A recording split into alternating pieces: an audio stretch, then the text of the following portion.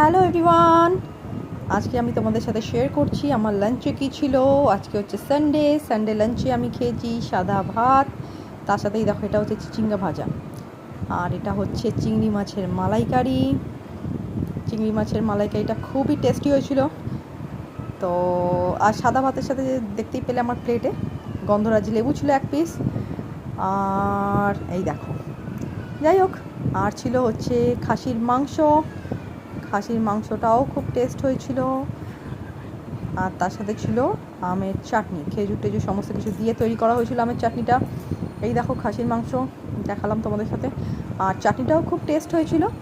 যাই হোক, তোমাদেরকে আমি দেখাচ্ছি চাটনিটা। আর মাংসের পিসগুলো খুব সুন্দর করে দিয়েছিলো জানো তো আজকে। তো দেখো, দেখালাম তোমাদের সাথে। এবার দেখো চাটনিটাও খেজুর টেজুর দিয়ে খুব সুন্দর করে করা। চলো টাটা।